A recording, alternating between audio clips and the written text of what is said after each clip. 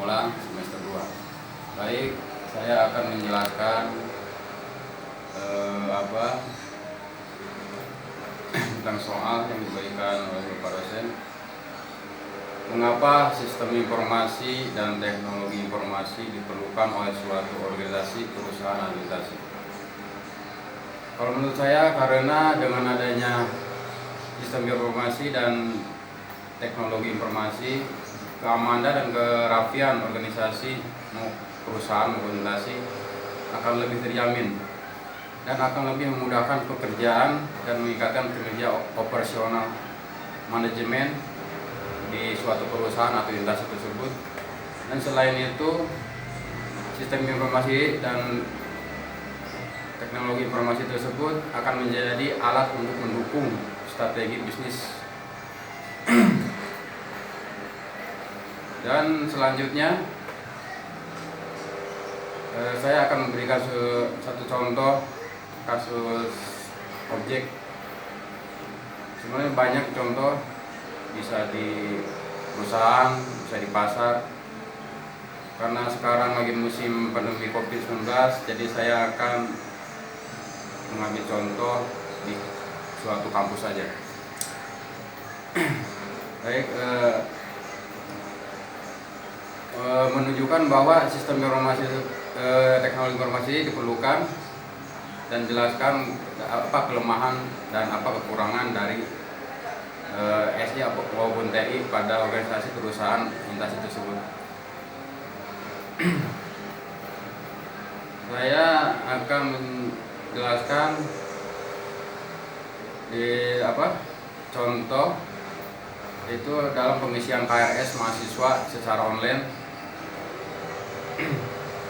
atau mungkin pendaftaran online di suatu kampus ketika masuk semester baru. Jika tidak menggunakan sistem informasi, maka proses pengisian KRS tersebut akan sedikit merepotkan karena banyaknya mahasiswa yang akan mendaftar atau mengisi KRS. Adapun keunggulan dari pendaftaran online tersebut, yang pertama memudahkan pengisian KRS mahasiswa. Jadi sangat mudah karena tidak perlu repot mencari mahasiswa atau tinggal datanya udah ada, tinggal langsung diketik aja. Terus yang kedua, memudahkan admin untuk mencari data atau informasi mahasiswa. Jadi admin tidak perlu mencari orang atau menelpon orang karena data tersebut sudah tersimpan di suatu data tersebut. Terus yang ketiga, mengurangi biaya untuk mencetak kertas. Jadi tidak perlu mengeluarkan biaya untuk mencetak kertas atau fotokopi atau membeli buku atau apa semacamnya. Jadi untuk menghemat.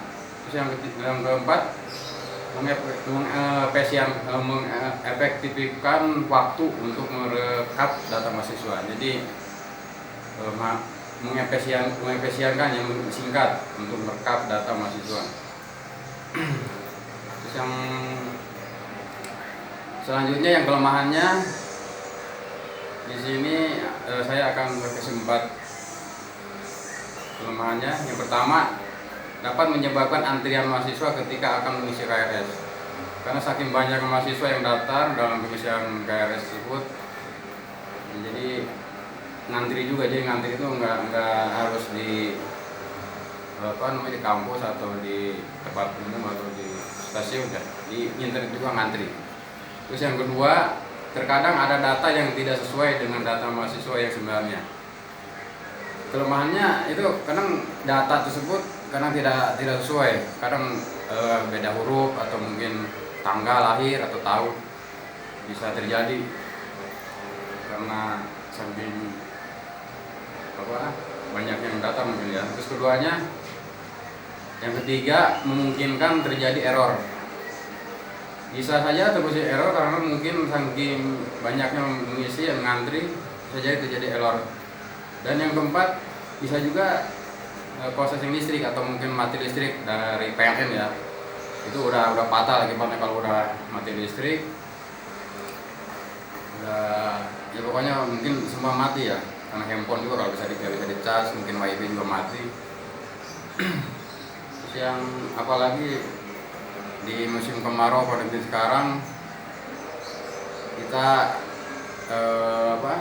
tidak bisa kemana-mana ya. Jadi ya saya tapi tambah keunggulan bisa ngerjain keunggulan kelebihan ya tadi saya tambahin satu lagi, bisa kerja di mana aja, bisa di rumah bisa, di luar bisa, apalagi di kantor bisa ya, jadi namanya WFH ya. Yaudah mungkin gitu aja presentasi dari saya, penjelasan saya. Kalau seandainya ada kekurangan atau kurang jelas ya mohon dimaafkan karena saya baru belajar. Wabillahi taufiq hidayah. Assalamualaikum warahmatullahi wabarakatuh.